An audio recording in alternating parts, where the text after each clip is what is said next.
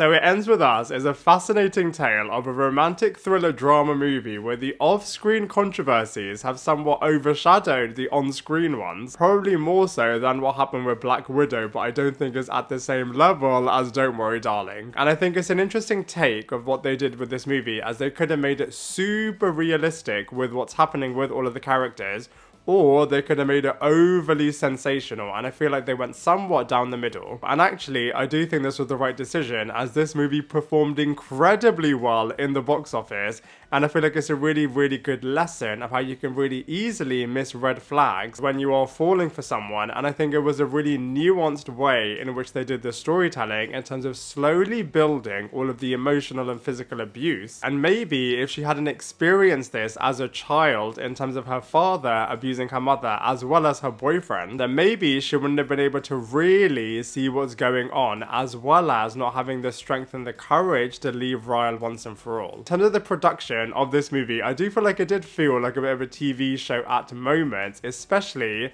with the concurrent storytelling technique of the past and the present being done in a very similar way to how you do see this taking place with other TV teen dramas. And as much as you can't deny the fact that, of course, Blake Lively and Justin Baldoni are very attractive people, for me, I couldn't really feel or believe their on-screen chemistry or romance. Now, maybe all of the tension that was taking place off-screen was finding its way on-screen, and you couldn't really see a connection between these two. Typically, when there is off-screen tension, it can work really well on-screen, but like I said, for me, I just could not believe the romance between these two characters. And there is, of course, a sequel book which the fans demanded Colleen to write, which is, of course, It Starts With Us.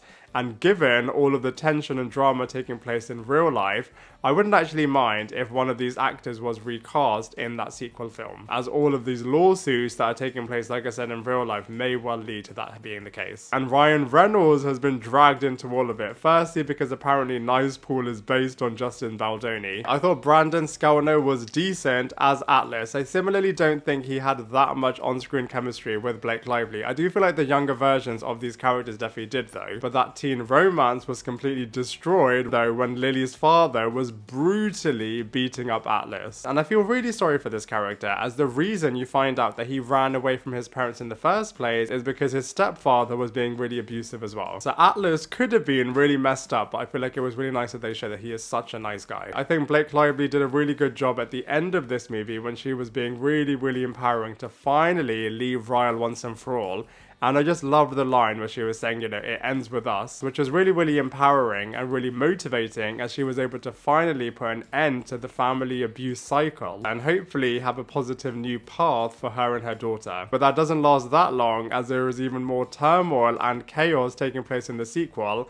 And I think what they did with Atlas's character is really, really interesting, as they have a long lost brother for him. And I think it's really, really important what this movie is doing in terms of putting a real light on domestic violence and showing how triumphant and empowering it is when you can finally leave people who really do put you through so much pain. I do feel like this movie is a little bit overhyped, and I feel like if it didn't have the same star power and all of the offline controversies and lawsuits, then I don't think it would have captured the zeitgeist in the same way that it currently has done. And of course, all of the chaos that took place in the original press tour for this movie. I am surprised that it hasn't received more award nominations, as this movie is actually really, really good from an awards perspective, and it will be fascinating to see what will happen if they ever do commission a sequel. But as far as It Ends With Us is concerned, I thought it was a decent movie, and so for all of those reasons, I'm going to give it a solid 6.5 out of 10.